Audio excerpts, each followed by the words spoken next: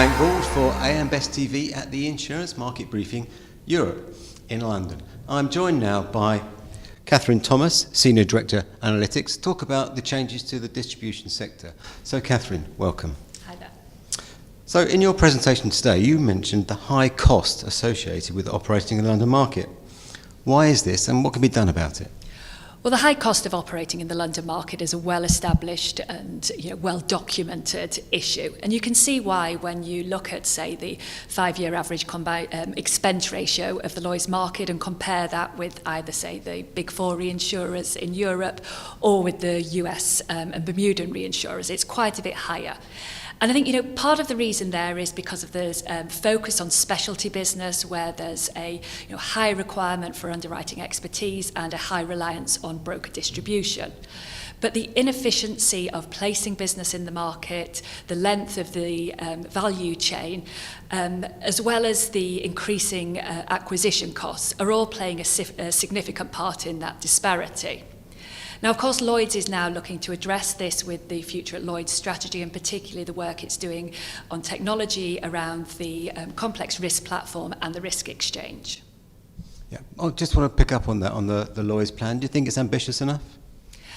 I think what Lloyds has laid out in its Future at Lloyds strategy clearly has the potential to lead to some quite meaningful cost efficiencies in the market.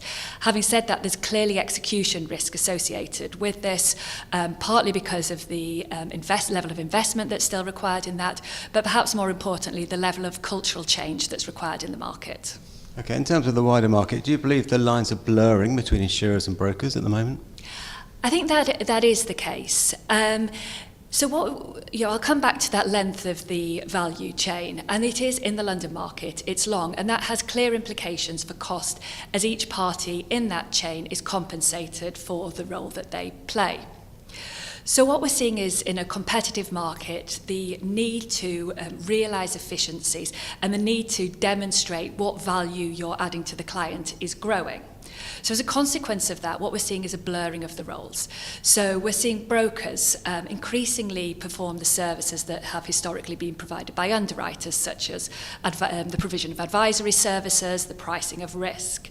And I think broker facilities are a good example of where we can see brokers using their data and their analytics to operate in a way that much more closely resembles an underwriter. Now, for the insurers, they're looking to get closer to their clients. They're looking to better understand their risks and better understand their insurance requirements. Okay, another trend, and it's hard to ignore, is the sort of birth of an MGA almost every day. What do you think lies behind that? Well, I think across the market, there's a broader recognition of underwriting as a service that doesn't have to be explicitly linked to aligned capital. And I think that's what's partly behind this growth in the MGA model.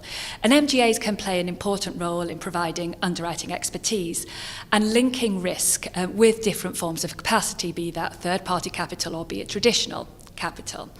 At the same time, what we've seen is disruption caused by M&A activity in the market, as well as a focus by more established players on performance improvement and on reducing cost, meaning that there are just a lot more underwriting teams out there in the market looking for a new home.